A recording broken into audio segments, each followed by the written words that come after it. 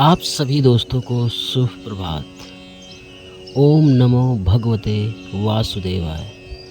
आज हम जीवन के उस अमृत संदेश को सुनाने जा रहे हैं जिसे स्वयं भगवान श्री कृष्ण ने अर्जुन को दिया था। यह संदेश न केवल अर्जुन के लिए बल्कि पूरे मानव समाज के लिए है। यह है श्रीमद् भगवत गीता का संदेश। कुरुक्षेत्र की रणभूमि पर जब अर्जुन मोह, शंका और दुख में डूब गए, तब श्री कृष्ण ने उन्हें वह ज्ञान दिया जो जीवन के हर संकट को हल करने की कुंजी है। आइए हम 18 अध्यायों का भावार्थ सुनते हैं। अध्याय 1, अर्जुन विषाद योग। धृतराष्ट्र ने संजय से पूछा, हे संजय, कुरुक्षेत्र की भूमि पर मेरे और पांडु के पुत्र युद्ध की इच्छा से क्या कर रहे हैं? संजय ने बताया, दोनों पक्ष युद्ध के लिए खड़े हैं। युद्ध का शंख बज चुका है, लेकिन जब अर्जुन ने देखा कि उनके सामने उनके ही पितामह भीष्म, गुरु द्रोण, भाई, पुत्र और रिश्तेदार खड़े हैं, तो उनका हृदय कांप गया। अर्जुन ने कहा, हे कृष्ण, मैं अपने बंधुओं को मारकर क्या करूँगा? मुझे राज्य, सुख, विजय किसी की इच्छा नहीं है। मेरे हाथ पांव शिथिल हो रहे हैं, धनुष गिर रहा है और मेरा मन युद्ध से विरक्त हो गया है। यह अध्याय हमें सिखाता है कि जीवन में जब भी असमंजस और निराशा आती है, तब हमें गुरु और भगवान की शरण लेनी चाहिए। अध्याय 2, सांख्य योग। श्री कृष्ण मुस्कुराए और बोले, हे अर्जुन, यह कायरता तुम्हें शोभा नहीं देती। उठो और युद्ध करो। फिर उन्होंने आत्मा का ज्ञान दिया। आत्मा ना जन्म लेती है, ना मरती है। यह शरीर नाशवान है, पर आत्मा शाश्वत है। जैसे मनुष्य पुराने वस्त्र उतारकर नया पहनता है, वैसे ही आत्मा पुराने शरीर को छोड़कर नया शरीर धारण करती है। श्री कृष्ण ने कहा, हे अर्जुन, अपना धर्म समझो। क्षत्रिय का धर्म युद्ध करना है, फल की चिंता करना नहीं। केवल कर्म करने का अधिकार तुम्हारा है, फल पर अधिकार तुम्हारा नहीं है। यही है गीता का मूल संदेश। कर्म करो, फल की चिंता मत करो। अध्याय 3, कर्मयोग। श्री कृष्ण ने अर्जुन से कहा, संसार में कोई भी क्षण ऐसा नहीं है जब मनुष्य कर्म किए बिना रह सके।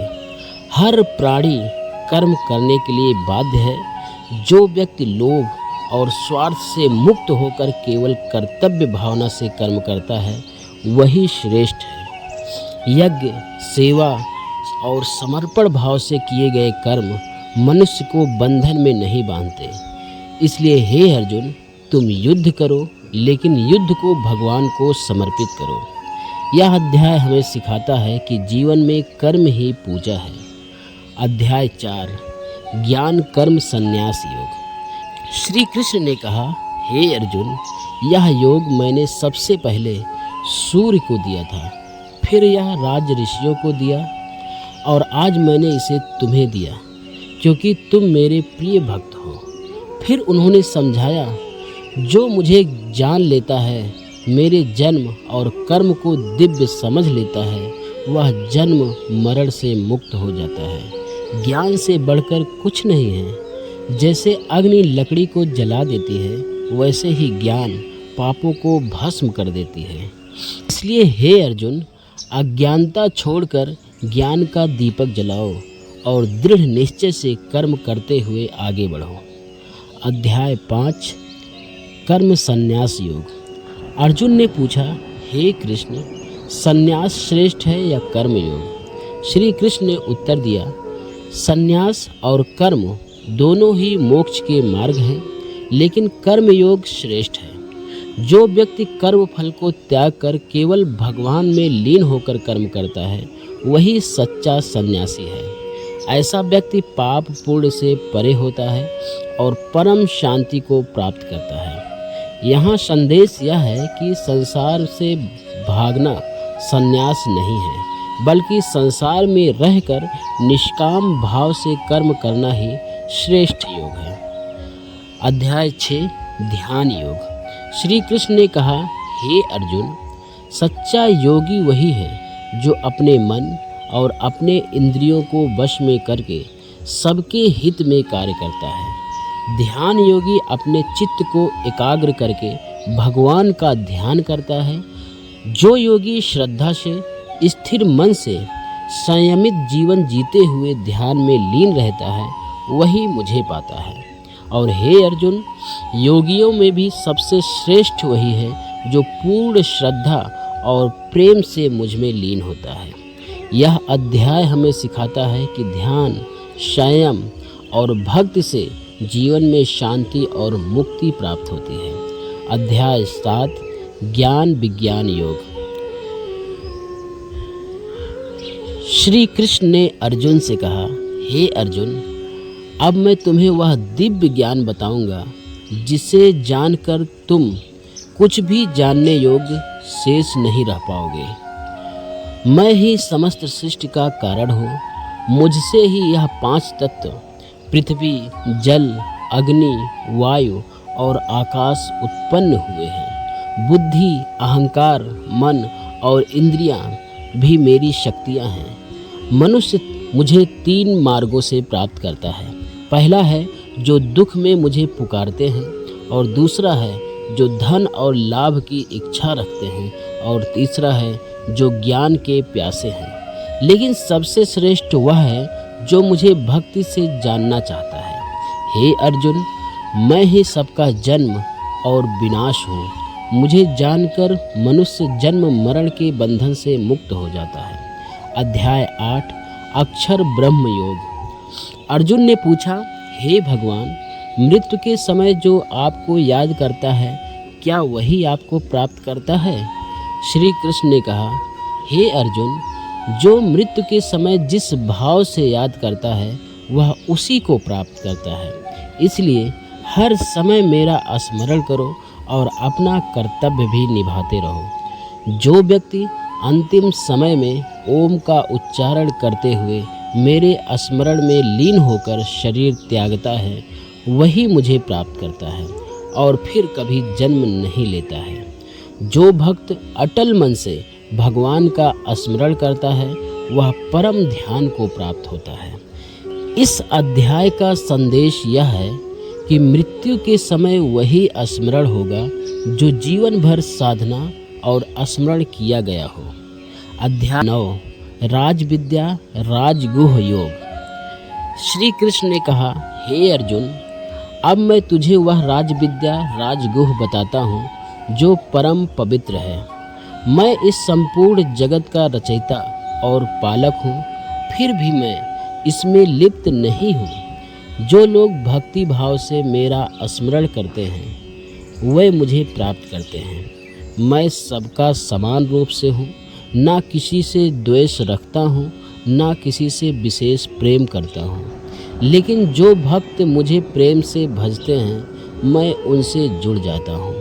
यहाँ तक कि अगर कोई पापी भी श्रद्धा से मेरी भक्ति करता है, तो वह शीघ्र ही धर्मात्मा बन जाता है। इसलिए हे अर्जुन, केवल मुझ में मन लगाओ, मेरी भक्ति करो, मुझे पूजो और मुझे प्रणाम करो।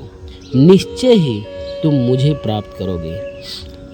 अध्याय 10 विभूति योग। अर्जुन ने पूछा, हे श्री कृष्ण, आप अपनी दिव्य विभूतियों को बताइए जिनसे इस संसार में आपका वैभव प्रकट होता है। श्री कृष्ण ने कहा, हे अर्जुन, मैं आत्माओं में आत्मा हूँ, मैं ऋषियों में नारद हूँ, मैं पर्वतों में हिमालय हूँ, मैं नदियों में गंगा हूँ, मैं योद्धाओं में राम हूँ, मैं पक्षियों में गरुड़ हूँ, मैं समय हूँ, मैं सबको नष्ट करता हूँ। मेरा वैभव अनंत है, लेकिन यह सब मेरी विभूतियों का छोटा सा अंश है। सत्य तो यह है कि इस संसार में जो कुछ भी तेज, शोभा, बल और वैभव है, वह सब मेरा ही अंश है। अध्याय 11 विश्व रूप दर्शन योग। अर्जुन ने कहा, हे श्री कृष्ण, यदि आप मानते हैं कि मैं आपके उस विराट रूप को देख सकता हूँ, तो मुझे वह दिव्य रूप दिखाइए। तब भगवान श्री कृष्ण ने अर्जुन को दिव्य दृष्टि दी। अर्जुन ने देखा अनंत मुख, अनंत नेत्र और दिव्य रूप, सूर्य और अग्नि की तरह प्रज्वलित आभा।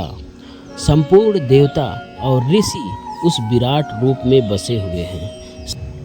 सभी योद्धा उसमें प्रवेश कर रहे हैं जैसे पतंगे अग्नि में गिरते हैं। अर्जुन भयभीत और विस्मित हो गए और बोले, हे भगवान, मैं आपके इस विराट रूप को देखकर कांप रहा हूँ।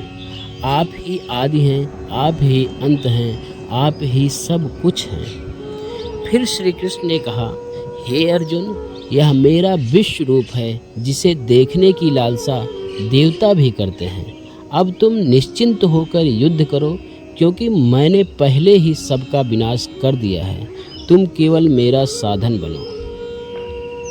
अध्याय 12 भक्ति योग। अर्जुन ने पूछा, हे कृष्ण, कौन श्रेष्ठ है, जो आपके निराकार रूप की उपासना करता है या जो साकार रूप की उपासना करता है? श्री कृष्ण ने कहा, जो मेरे साकार रूप की प्रेम और श्रद्धा से उपासना करता है वही मुझे शीघ्र पाता है।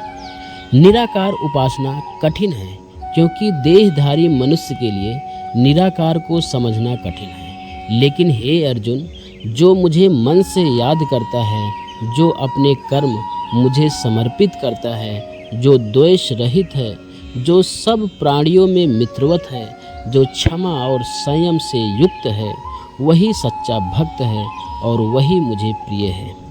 यहाँ संदेश है, भक्ति सबसे सरल मार्ग है भगवान तक पहुँचने का।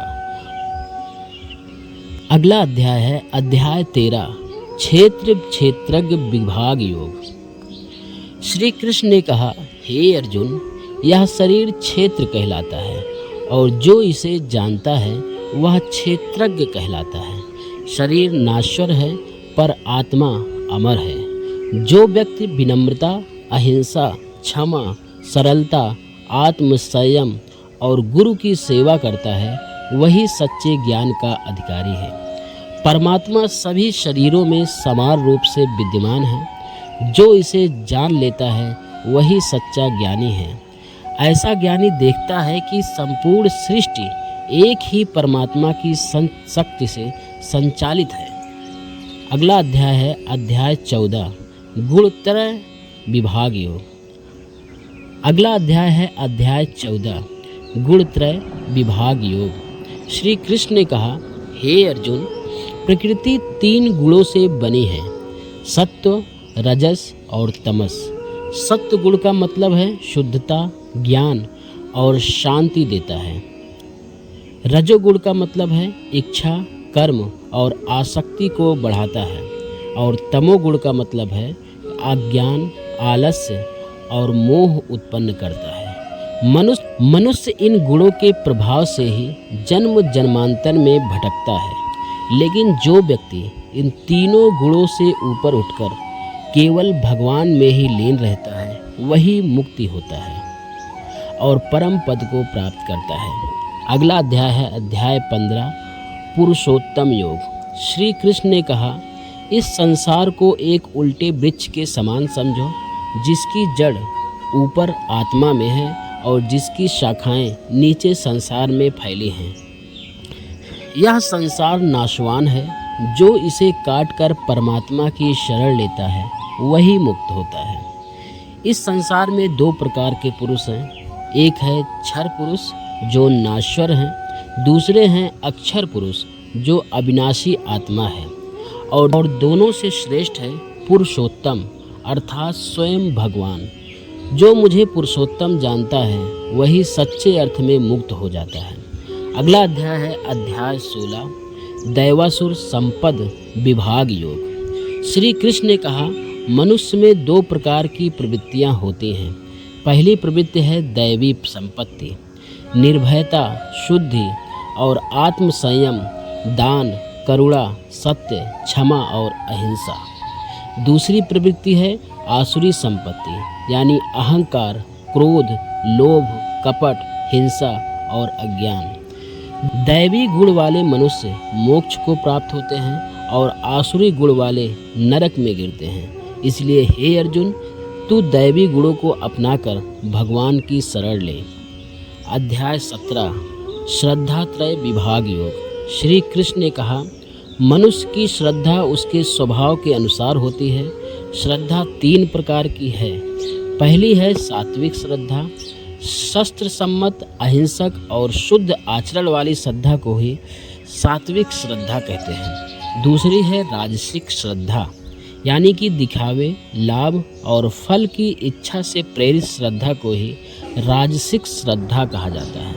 और तीसरी है तामसिक श्रद्धा, यानी कि अज्ञान, हठ और गलत आचरण पर आधारित श्रद्धा को तामसिक श्रद्धा कहते हैं। अतः जो भी दान, तप या यज्ञ किया जाए वह ओम तत्सत कहकर भगवान को समर्पित करने से शुद्ध होता है।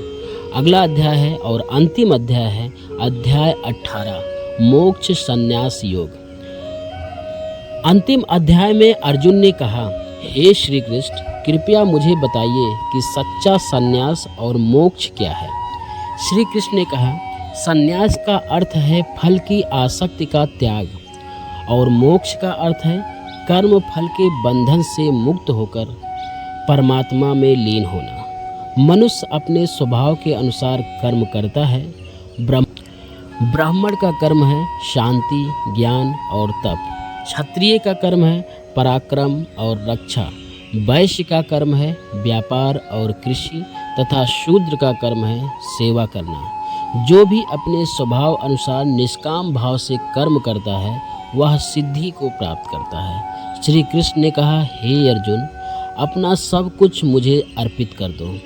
मुझ में मन लगाओ, मेरी भक्ति करो, मुझे पूजो और मुझे प्रणाम करो। मैं तुम्हें समस्त पापों से मुक्त कर दूंगा। तू निश्चिंत होकर मेरी शरण आ जाओ। अर्जुन ने सुना और कहा, हे कृष्ण, मेरे मोह का नाश हो गया है। अब मैं दृढ़ संकल्प से आपके आदेशानुसार कार्य करूंगा। और यही था गीता का परम संदेश। कर्म करो, भक्ति करो और आत्मा की अमरता को जानकर भगवान की शरण लो। इस प्रकार श्रीमद् भगवत गीता के 18 अध्याय पूर्ण होते हैं। कुरुक्षेत्र की रणभूमि में दिया गया यह उपदेश आज भी उतना ही प्रासंगिक है। गीता हमें सिखाती है, आत्मा अमर है, कर्म करो पर फल की चिंता मत करो। तीनों गुणों में सबसे ऊपर उठकर भगवान की शरण लो और भक्ति ही सबसे सरल मार्ग है। जो भी व्यक्ति गीता का संदेश अपने जीवन में उतार लेता है वह हर परिस्थिति में संतुलित, निर्भय और प्रसन्न रहता है। जय श्री कृष्ण।